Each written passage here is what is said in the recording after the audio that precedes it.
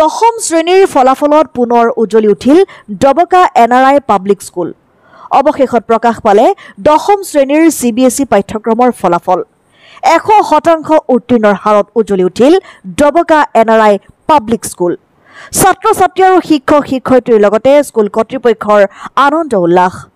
ফলাফল ঘোষণাৰ পিছত এক উৎসৱমুখৰ পৰিৱেশ ডবকা NRI পাব্লিক স্কুলত।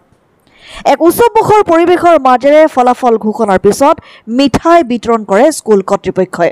হয়, হোজাই জিলাৰ ব্যক্তিগত খণ্ডৰ বিদ্যালয়সমূহৰ ভিতৰত পুনৰ উজ্বলি উঠিল ডবকা NRI পাব্লিক স্কুল। সদ্য ঘোষিত CBSE পাঠ্যক্ৰমৰ দশম শ্ৰেণীৰ ফলাফল ঘোষণাৰ পিছত ডবকা NRI পাব্লিক স্কুলত আনন্দ উল্লাস আৰম্ভণিৰ পৰা শিক্ষাৰ পোহৰ বিলোৱা ব্যক্তিগত খণ্ডৰ ডবকা NRI পাব্লিক স্কুলখনে চমকপ্ৰদ ফলাফল লাভ কৰি আহিছে। আজি ঘোষিত হোৱা CBSE পাঠ্যক্ৰমৰ দশম শ্ৰেণীৰ ফলাফলত ডবকা NRI পাব্লিক স্কুলৰ চমকপ্ৰদ ফলাফল। আজি NRI পাব্লিক স্কুলত আমাৰ 33 ষ্টুডেণ্টে আজি ক্লাছ 10 बोर्ड एग्जामत বহিছিল আৰু 100% ৰিজাল্ট পাইছো আৰু আমাৰ টপাৰ হৈছে 95%। টপাৰ ষ্টুডেণ্ট মোৰ ৰাইট সাইডত আছে আৰু মেথছত 100ত 100 পাইছে।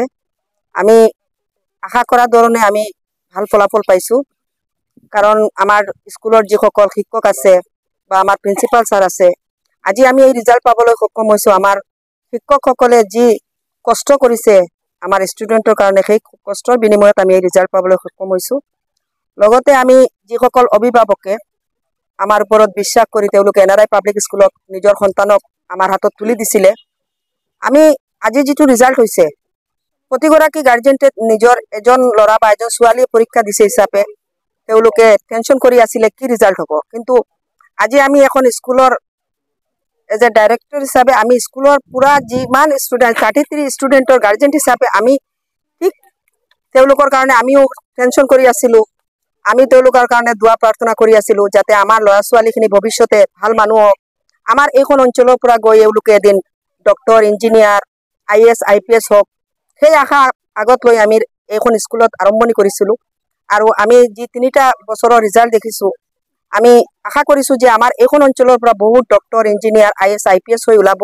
সেইখিনি আমাৰ স্কুলৰ ওপৰত আশা কৰি আমি স্কুলখন চলাই গৈ আছো।